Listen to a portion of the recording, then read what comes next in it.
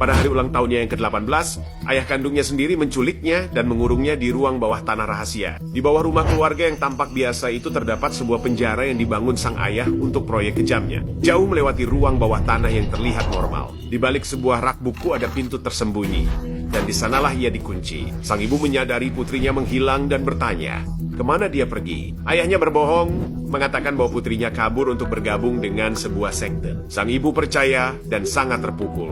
Ayah itu tetap membawakan makanan dan kebutuhan dasar ke ruang bawah tanah, tetapi kunjungan itu bukan hanya untuk mempertahankan hidupnya. Ia memperkaosnya di sana. Setelah 4 tahun mengalami kekerasan itu, ia hamil dan melahirkan seorang anak sendirian di penjara beton tersebut. Lalu ia hamil lagi, dan anak lain lahir dalam penawanan. Lalu lagi, total 7 kali kehamilan selama bertahun-tahun, meski satu bayi meninggal saat persalinan. Kemudian sang ayah melakukan hal yang lebih mengerikan. Ia membawa satu bayi ke atas dan meletakkannya di depan pintu rumah. Ia menunjukkan bayi itu kepada istrinya dan mengatakan bahwa putri mereka datang malam hari, meninggalkan bayinya, lalu kembali ke sektenya.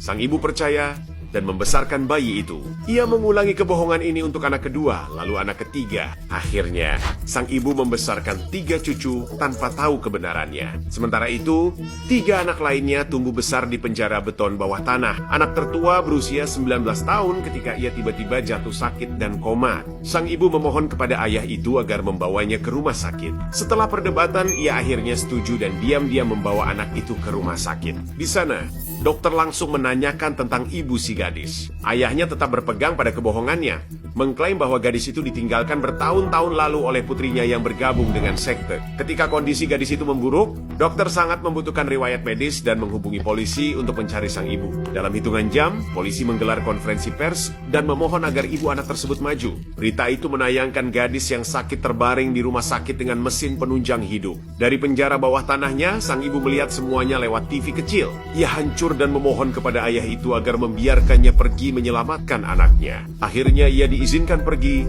tetapi ayahnya memperingatkan. Katakan kamu baru saja kabur dari sekte, atau semuanya akan hancur. Ia menyetujuinya. Namun setibanya di rumah sakit, polisi langsung menahannya dan siap menuduhnya menelantarkan anak. Ketika ia dipisahkan dari ayahnya dan diinterogasi sendirian, ia tak sanggup lagi menahan diri.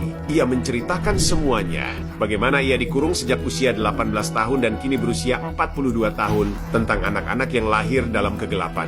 Dan lebih dari 3.000 kali kekerasan seksual. Polisi benar-benar terkejut dan langsung menangkap sang ayah. Ia akhirnya mengakui semuanya di pengadilan. Pada akhirnya anak perempuan berusia 19 tahun itu sadar dari koma dan selamat. Sang ibu dan ke-6 anaknya kini hidup bebas di Austria.